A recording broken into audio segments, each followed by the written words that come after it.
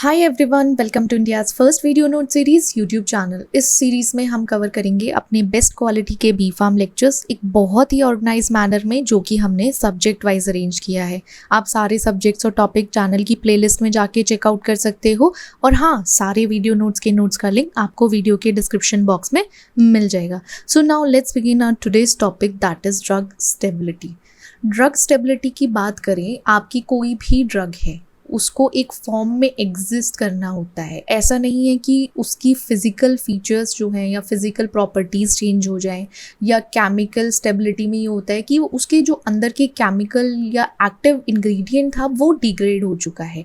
एक ड्रग को अपने फिजिकल, केमिकल और थेराप्यूटिक या माइक्रोबायोलॉजिकल प्रॉपर्टीज़ को टाइम के हिसाब से बोल दो, या फिर आप ये बोल सकते हो जो उसकी शेल्फ लाइफ है उस शेल्फ लाइफ के अकॉर्डिंग उसको मेंटेन करके रखना चाहिए। अब कुछ ऐसे फैक्टर्स हैं जिसकी वजह से क्या हो सकता है, ड्रग की स्टेबिलिटी जा सकती है। जैसे टेम्परेचर की वजह से, ज़्यादा ह्यूमिडिटी है, लाइट में एक्सपोजर हो गया है।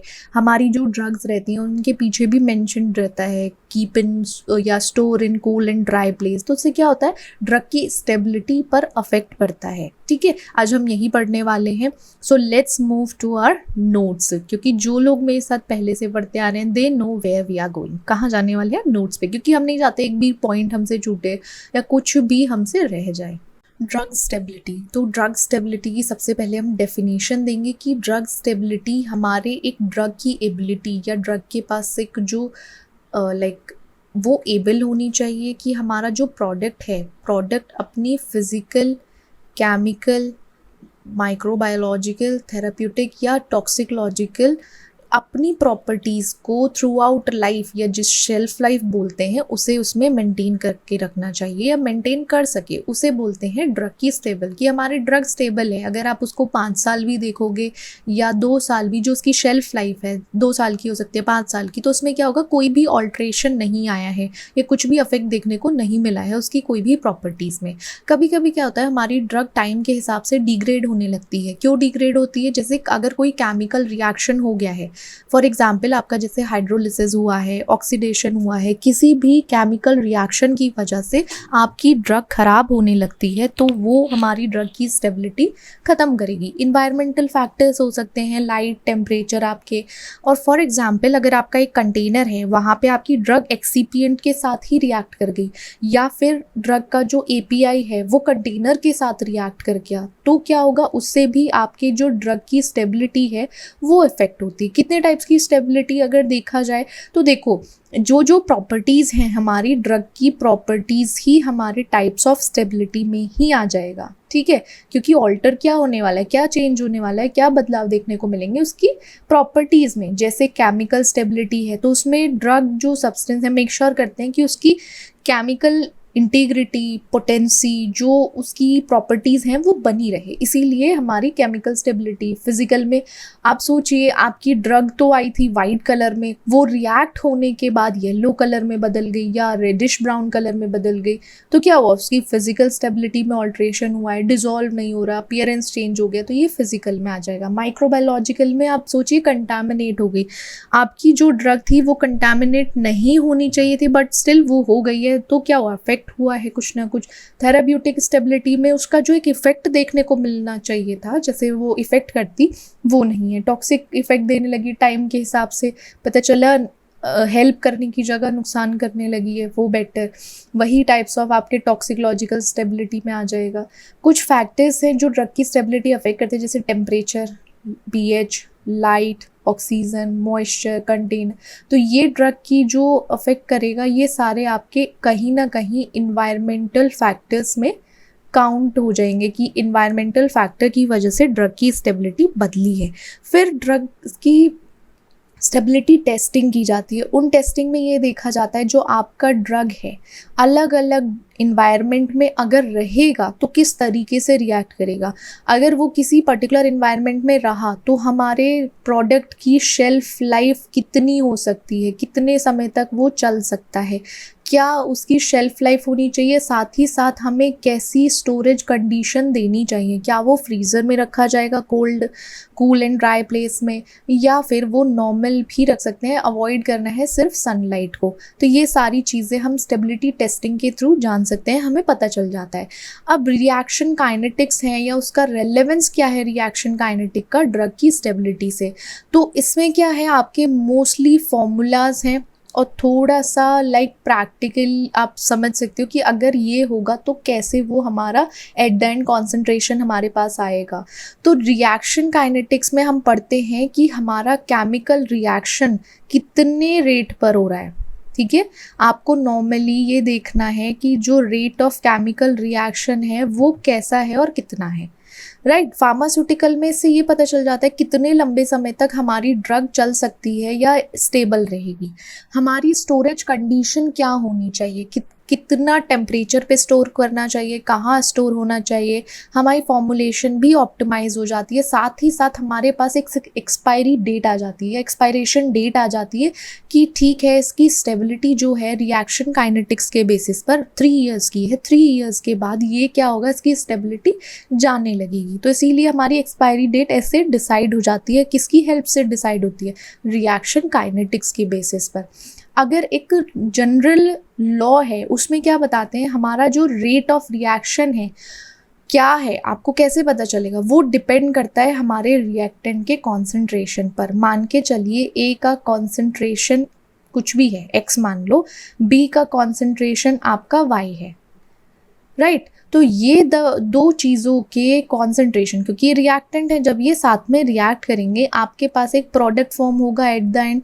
बट हमें ये देखना है हमारा जो rate of reaction take part कर रहा है इन सब में, तो कितना कॉन्सेंट्रेशन जो है रिएक्टेंट का रिड्यूस होता है, उसी के बेसिस पर क्या होता है हमारा रेट ऑफ रिएक्शन डिसाइड होता है। या आपका ये बोलो रेट ऑफ रिएक्शन जो है आपका किस पे डिपेंड करेगा, रेट ऑफ रिएक्शन आपका डिपेंड करता है कॉन्सेंट्रेशन ऑफ रिएक्टेंट्स पे। ये रिएक्टेंट्स है, इनके ही कॉन्सेंट्रेशन पर आपका रेट ऑफ रिएक्शन डिपेंड करेगा। एक जनरल फॉर्मूला है इसका, वो है rate is equal to minus D upon D T. ये जो ए है ये है आपका कॉन्सेंट्रेशन ऑफ ड्रग, आपकी ड्रग का कॉन्सेंट्रेशन है, साथ ही साथ ये कांस्टेंट रेट, कांस्टेंट आपका टेम्परेचर का मान के चलिए, एंड ये कॉन्सेंट्रेशन है रिएक्टेंट का, ड्रग का, और उसमें जो एन है ये ऑर्डर ऑफ रिएक्शन है। ऑर्डर ऑफ रिएक्शन में आपका जैसे 0 ऑर्डर है, फर्स्ट ऑर्डर है, ये किस में आ जाता है आपका रेट ऑफ रिएक्शन या ऑर्डर ऑफ रिएक्शन में। तो इसी फॉर्मूले की हेल्प से आप रेट ऑफ रिएक्शन कैलकुलेट कर सकते हो। ठीक है, समझ गए। अब टाइप्स ऑफ रिएक्शंस पढ़ेंगे। टाइप्स ऑफ रिएक्शन में हमें डिग्रेडेशन देखना पड़ता है। जैसे आपका 0 ऑर्डर रिएक्शन है, 0 ऑर्डर में क्या होता है, रेट ऑफ डिग्रेडेशन, आपका जो रेट है वहाँ पे रेट ऑफ कॉन्सेंट्रेशन डिपेंड कर रहा था रेट ऑफ रिएक्शन का, यहाँ रेट डिग्रेडेशन आपका डिपेंड नहीं करता। ठीक है, वो डिपेंड नहीं करेगा कॉन्सेंट्रेशन पे। जैसे ऊपर फॉर्मूले में बोला था ना, rate of reaction is dependent on the rate of concentration of reactant, यहाँ पे क्या है, rate of degradation is independent of concentration. Degradation rate कभी भी डिपेंड नहीं करता कॉन्सेंट्रेशन पे, वो उससे आज़ाद रहता है।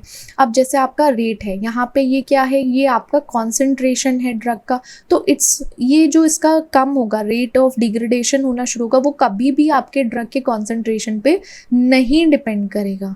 ठीक है, आप इसको इंटीग्रेट करेंगे बोथ साइड पे तो आपके पास ये आ जाएगा। उसके बेसिस पर आप क्या कर सकते हो, फॉर्मूला प्लॉट कर सकते हो। आपका जो 0 ऑर्डर रिएक्शन होगा वो कॉन्सेंट्रेशन, आप पहले टाइम रखोगे, देन आपका कॉन्सेंट्रेशन होगा ए का, फिर उसके बाद आप उसको एक्सप्लेन करोगे अपने स्लोप के बेसिस पर।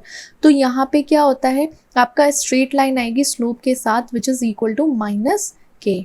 ठीक है, कांस्टेंट जो टाइम के हिसाब से है आपका। देन आपका जैसे फॉर एग्जांपल आपकी कोई ड्रग है, सस्पेंशन में हमारी ड्रग रहती है, सैचुरेटेड सॉल्यूशन मान के चलिए, तो जहाँ पे कॉन्सेंट्रेशन आपका कांस्टेंट रहेगा ही रहेगा। ठीक है। आपका क्या होगा, ड्रग सोचिए, ड्रग धीरे धीरे डीकॉम्पोजिट हो रही है, मतलब खराब होना शुरू हो गई है सस्पेंशन में, तो वहाँ पे जो कांस्टेंट है आपका कॉन्सेंट्रेशन वो सेम ही रहेगा, कुछ चेंज नहीं आएगा। अब जैसे constant degradation per unit time, अब इसके फीचर्स ही हैं ये ज़ीरो ऑर्डर के। हाफ लाइफ डिपेंड करती है उसकी इनिशियल कॉन्सेंट्रेशन पे, शेल्फ लाइफ जो डिपेंड करेगी वो उसके किस पे डिपेंड करेगी, टाइम के 90 उस पे शेल्फ लाइफ क्या है आपकी। देन नेक्स्ट है आपका स्यूडो ज़ीरो ऑर्डर रिएक्शन। अगर देखा जाए स्यूडो ज़ीरो ऑर्डर ये एक ट्रू काइनेटिक ऑर्डर तो नहीं है, पहली बात, मतलब इस पर ऑलमोस्ट कुछ चीज़ें नहीं डिपेंड करती, लेकिन फिर भी ये ज़ीरो ऑर्डर में आ जाता है क्योंकि कॉन्सेंट्रेशन जो है वो कांस्टेंट है। एक या एक से ज़्यादा रिएक्टेंट का कॉन्सेंट्रेशन कांस्टेंट होने की वजह से आपका ये ज़ीरो ऑर्डर में आ ही जाएगा।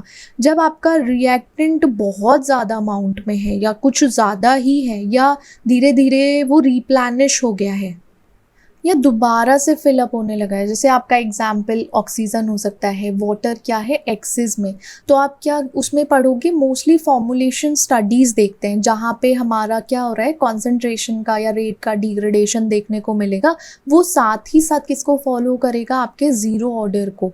ऐसा नहीं है कि वहाँ हाई ऑर्डर को इनहेरिट कर रहा है, बट वो ज़ीरो ऑर्डर को ही फॉलो करेगा।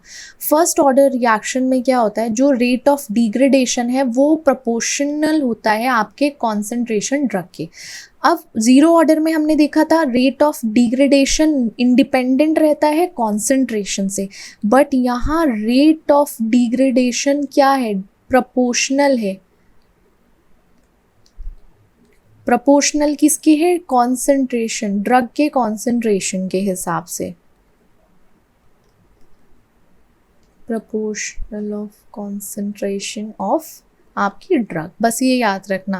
फर्स्ट ऑर्डर में क्या होता है, आपका रेट ऑफ डिग्रेडेशन प्रोपोर्शन है कॉन्सेंट्रेशन ऑफ ड्रग के, वहाँ इंडिपेंडेंट रहता है, तो ये क्या फॉलो करेगा, rate is equal to minus d अब concentration of drug upon D t is equal to constant k A concentration.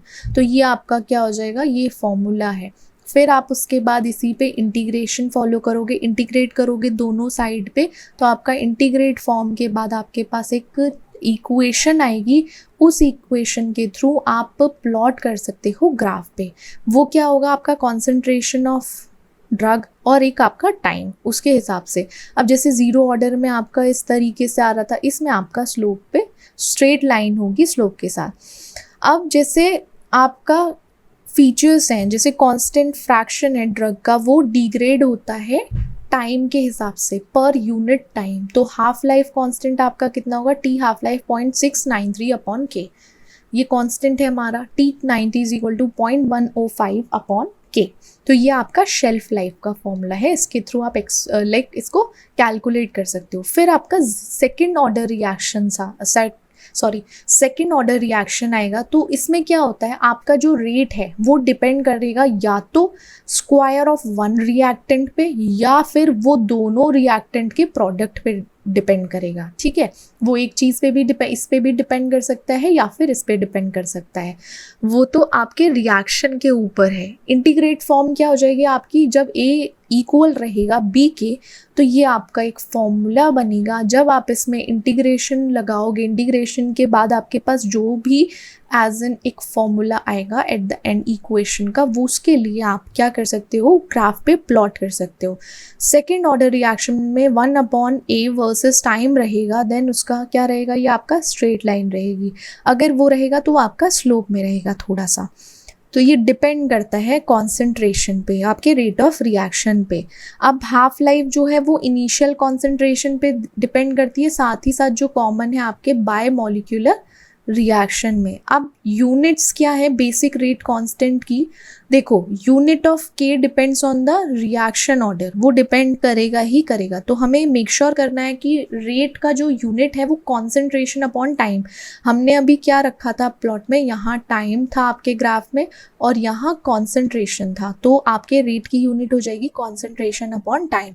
अब आपका जो कांस्टेंट है के, वो वेरी करता है, अलग अलग हो सकता है। जैसे जीरो ऑर्डर में रेट इज इक्वल टू के, आपके फर्स्ट में क्या था, रेट इज इक्वल टू के बाय आपका कॉन्सेंट्रेशन ऑफ ड्रग। अब सेकेंड रिएक्शन में रेट इज इक्वल टू के ए स्क्वायर, कॉन्सेंट्रेशन स्क्वायर, तो इसकी यूनिट भी आपकी के की चेंज होती रहेंगी। देन नेक्स्ट है, अगर आपका रिएक्शन ऑर्डर है उसको हम कैसे पता करेंगे या डिटरमाइन कैसे कर सकते हैं। अगर कभी भी ऑर्डर ऑफ डिग्रेडेशन रिएक्शन का पता करना है तो उसमें आपको क्या मॉनिटर करना है, कॉन्सेंट्रेशन को टाइम के अकॉर्डिंग आपको देखना पड़ेगा, कितने टाइम में कितना कॉन्सेंट्रेशन आपका धीरे धीरे कम हो रहा है या डिग्रेड हो रहा है, तो वो उसके बेसिस पर आप क्या कर सकते हो, अपने रिएक्शन ऑर्डर को कैलकुलेट कर सकते हो या समझ सकते हो। अब फिर आप उसको डेटा को अपने रेट ऑफ रिएक्शन में फिट करके देखोगे कि हाँ यहाँ पे क्या ये सही है या नहीं। ग्राफिकल मेथड में आपका प्लॉट कॉन्सेंट्रेशन और टाइम डिफरेंट रेट लॉस के लिए अलग होता है। जैसे ज़ीरो ऑर्डर है तो यहाँ कॉन्सेंट्रेशन वर्सेस टाइम होगा लीनियर में। फर्स्ट ऑर्डर में आपका कांस्टेंट के साथ आपका क्या रहेगा, आपका कॉन्सेंट्रेशन देन आपका टाइम। सेकेंड ऑर्डर में 1 अपॉन कॉन्सेंट्रेशन वर्सेस टाइम। तो जो आपका स्ट्रेट लाइन देगा वो रिएक्शन ऑर्डर को दिखाता है। क्या दर्शाता है ये आपका, कि अगर स्ट्रेट लाइन है that will indicate the reaction order. Okay, अब इनिशियल रेट्स पे डिपेंड करता है। इनिशियल रेट में क्या होता है, मल्टीपल बहुत सारे एक्सपेरिमेंट किए जाते हैं उन अलग अलग कॉन्सेंट्रेशन पे। अब आपको क्या लगता है, अगर एक्सपेरिमेंट हो रहा है लैब में तो वो सिर्फ एक ही पर वर्क करेंगे, कभी दूसरा वैल्यू नहीं लेंगे कि वो एक टिक जाएंगे कि हाँ नहीं भाई हमें तो यही वैल्यू सही समझ में आ रही है। नहीं, वो अप्रॉक्सीमेटली 10 या 10 से ऊपर कॉन्सेंट्रेशन लेते हैं, उन कॉन्सेंट्रेशन पे वर्क करते हैं। तो वहाँ पे बहुत सारे एक्सपेरिमेंटल चीज़ें चलती रहती हैं। फिर वो इनिशियल रेट को मेजर करते हैं किसके बेसिस पर, इनिशियल कॉन्सेंट्रेशन के बेसिस पर। जैसे आपका रेट है वो K is equal to concentration upon N। N क्या हो जाएगा, N है आपका ऑर्डर ऑफ रिएक्शन, ठीक है, इसी से आपका निकल।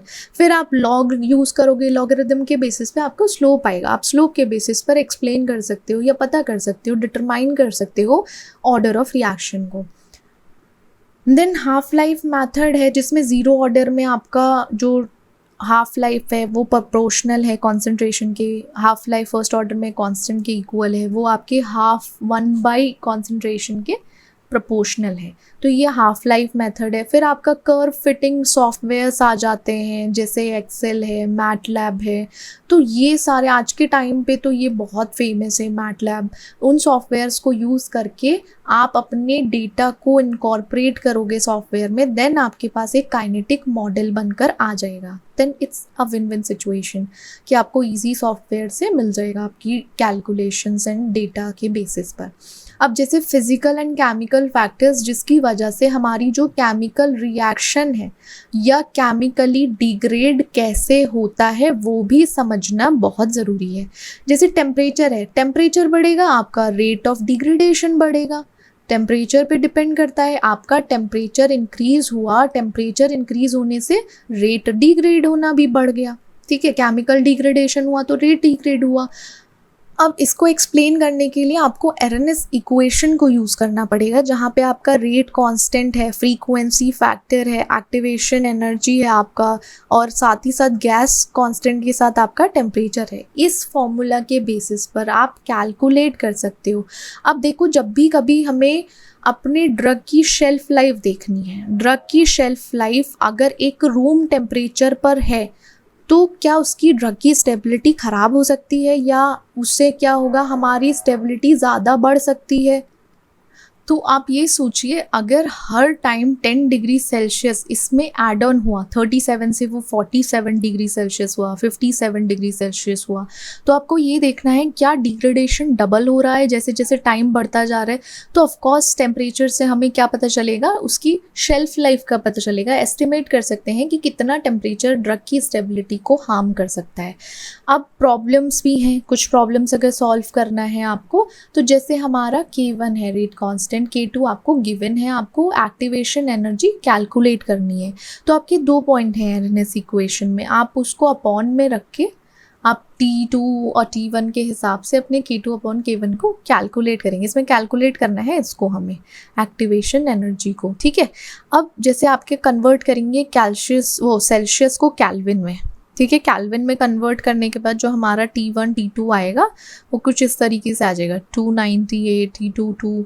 देन आप उनको पुटअप करोगे फॉर्मूलाज में, आपके पास एक इक्वेशन आएगा दैट इज़ 53 किलो जूल पर मोल। तो ये आपका कैलकुलेट करने के बाद एक्टिवेशन एनर्जी आ जाएगा।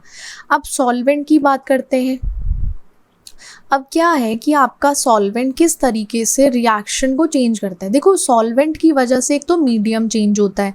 अब मीडियम चेंज होगा तो आपकी सॉल्युबिलिटी ड्रग की कहीं ना कहीं चेंज होगी, अफेक्ट होगी।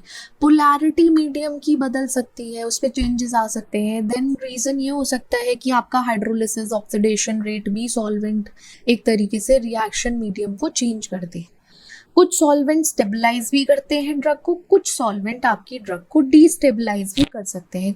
अब जैसे को सॉल्वेंट है, को सॉल्वेंट को ऐड ऑन करते हैं हम, ऐड ऑन करने की वजह से उसमें सॉल्वेशन में चेंज आ जाता है, रिएक्शन काइनेटिक अफेक्ट होती है, डिग्रेडेशन का पाथवे मॉडिफाई हो जाता है। फॉर एग्जांपल जैसे हाइड्रोलिसिस से क्या होता है, एक्वा सॉल्यूशन में एक रेट ऑफ रिएक्शन बहुत फास्ट हो जाता है।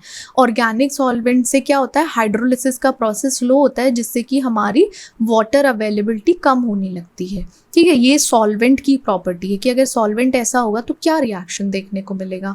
अब आयनिक स्ट्रेंथ है, तो आयनिक स्ट्रेंथ में क्या होता है, आप उसमें ये मेजर करते हो कितना आयन कॉन्सेंट्रेशन है टोटल आपका सॉल्यूशन में। ठीक है, आपको क्या देखना है, total ion concentration in solution. उस सॉल्यूशन में आपका टोटल आयन कॉन्सेंट्रेशन कितना है वो आपको आयनिक स्ट्रेंथ से पता चल जाएगा। ये उसका फॉर्मूला है, आप फॉर्मूला की हेल्प से उसको कैलकुलेट कर सकते हो। अब क्या होता है कि आपकी जो आयनिक स्ट्रेंथ से बहुत सारी जो रिएक्शंस में स्पीशीज़ रहती हैं, चार्ज स्पीशीज़ हैं, वो अफेक्ट होना शुरू हो जाती हैं। अब जैसे लाइक चार्जेस हैं, लाइक चार्जेस में रेट कम होने लगता है जैसे जैसे आपकी आयनिक स्ट्रेंथ बढ़ने लगती है। तो ये डिपेंड करता है, आपका रेट कम होने लगेगा जैसे जैसे आयनिक स्ट्रेंथ जो है वो इंक्रीज होना शुरू हो जाएगी। राइट, अब ऑपोजिट चार्ज देखो, ये रेट कम होगा क्योंकि आयनिक स्ट्रेंथ बढ़ रही है जब चार्जेस एक जैसे हों। अगर ऑपोजिट हैं तो यहाँ पे क्या होगा, रेट बढ़ना शुरू हो जाएगा। ठीक है, अब डेबिये-हकल इक्वेशंस आती है, तो उस इक्वेशन की हेल्प से आप फाइंड आउट कर सकते हो चार्ज जो आपके रिएक्टेंट आयंस हैं उसके बेसिस पर आप कैलकुलेट कर सकते हो। ये उसका फॉर्मूला है।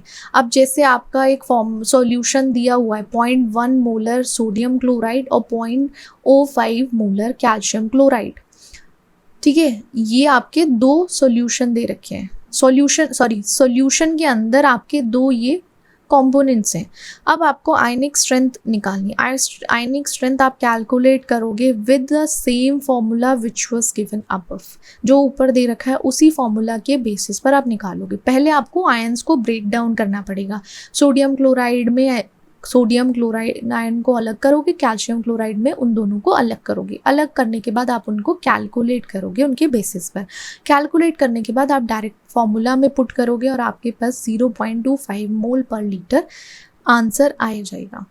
अब जैसे आपका नेक्स्ट है डाइलेक्ट्रिक कांस्टेंट। आपके सॉल्वेंट की पोलैरिटी क्या है, आपका जो सॉल्वेंट है उसकी पोलैरिटी मेजर करने के लिए डाइलेक्ट्रिक कांस्टेंट को हम यूज़ करते हैं। जितना हाई डाइलेक्ट्रिक कांस्टेंट होगा उतनी ज़्यादा पोलैरिटी होगी। मतलब high dielectric constant it means high polarity. ठीक है, जैसे वाटर आपका 80 रखता है। अब जितना ज़्यादा उसका डाइलेक्ट्रिक कांस्टेंट है वो आयनिक स्पीशीज़ को स्टेबलाइज करता है। अब इसकी वजह से क्या होता है, इफेक्ट आता है आपके रेट पे। वो बढ़ भी सकता है, घट भी सकता है, वो डिपेंड करता है मैकेनिज्म पे।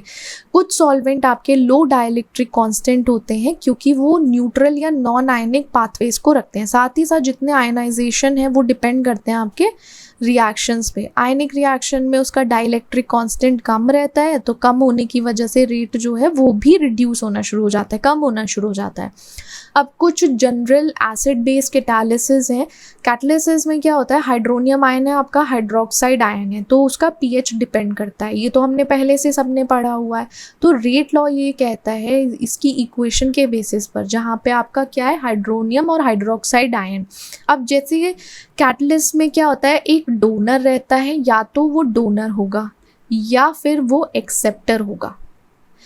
इसमें बस इतना है, आपका वो कैटलिसिस कैसे होगा, या तो प्रोटोन डोनर से जैसे एसिड से, या फिर आपके प्रोटोन एक्सेप्टर से। फॉर एग्जांपल जैसे एसिटेट है, फॉस्फेट, अमोनिया, तो बफर क्या कर सकता है, वो सिर्फ कंट्रीब्यूट करता है कैटलिसिस के लिए। और जो आपका जनरल फॉर्मूला यही है, इसी के बेसिस पर आप कैलकुलेट करते हो। जैसे आपका जनरल एसिड है, ये जनरल एसिड है, देन ये आपका कॉन्जुगेट बेस है। तो हमने क्या देखा था, पहले भी हम पढ़ते आ रहे हैं, acid plus conjugate base.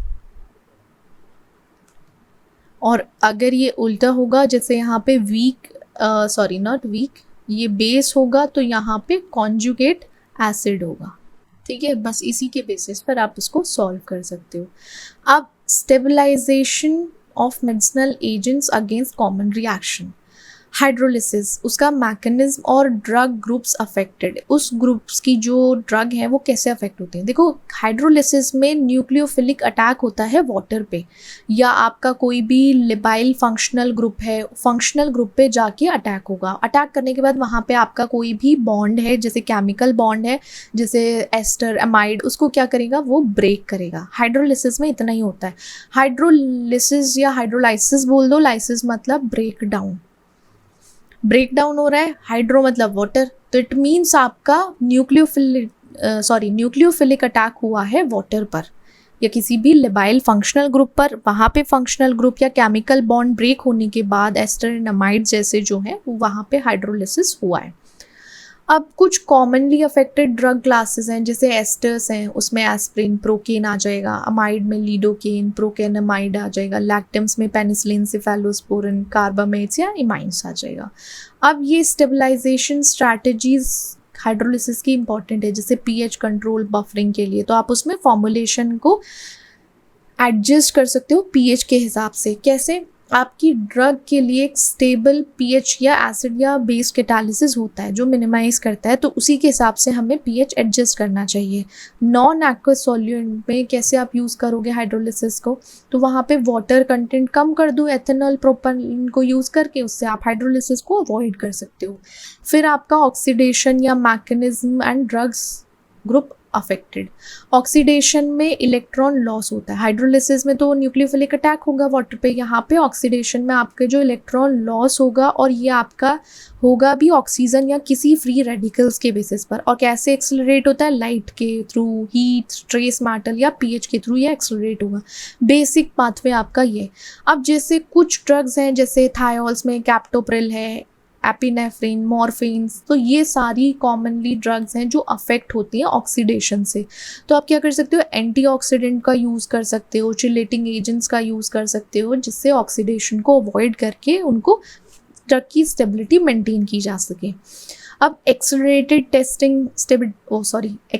Stability testing है या एक्सपायरेशन डेटिंग है, तो उसमें क्या होता है, हम स्टेबिलिटी टेस्टिंग के टाइम पे ड्रग को टेम्परेचर आपके या फिर कुछ ऐसी कंडीशंस को बढ़ा के ये देख सकते हैं कि हमारा प्रिडिक्ट करते हैं, मतलब एक थोड़ा सा अनुमान लगाया जाता है फ्यूचर का कि आपकी ड्रग कितने लंबे समय तक चल सकती है या उसकी शेल्फ लाइफ क्या हो सकती है, क्या एक्सपायरेशन डेट होगी आपके प्रोडक्ट की। वो कैसे होगा, आप स्ट्रेस कंडीशन बढ़ा दीजिए।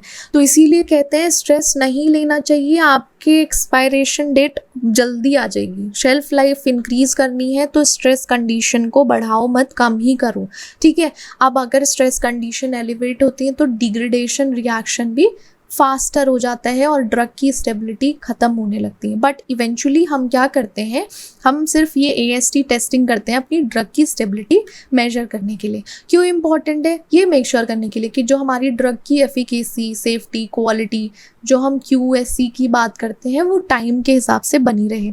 एक्सपायरेशन डेट हमें पता चल जाए। रेगुलेटरी अप्रूवल के लिए बहुत ज़रूरी है, आपको पूरा डेटा प्रोवाइड करना है स्टेबिलिटी टेस्टिंग पे, साथ ही साथ क्वालिटी एश्योरेंस पे। ये भी एरएनएस इक्वेशन बहुत ज़्यादा इंपॉर्टेंट है अगर आपको स्टेबिलिटी टेस्टिंग में उसको देखना है। अगर टेम्परेचर बढ़ता है, रेट ऑफ डिग्रेडेशन भी बढ़ेगा, जिसकी वजह से आप ये समझ सकते हो कि हमारा प्रोडक्ट एक नॉर्मल स्टोरेज कंडीशन में कैसे रिएक्ट करता है।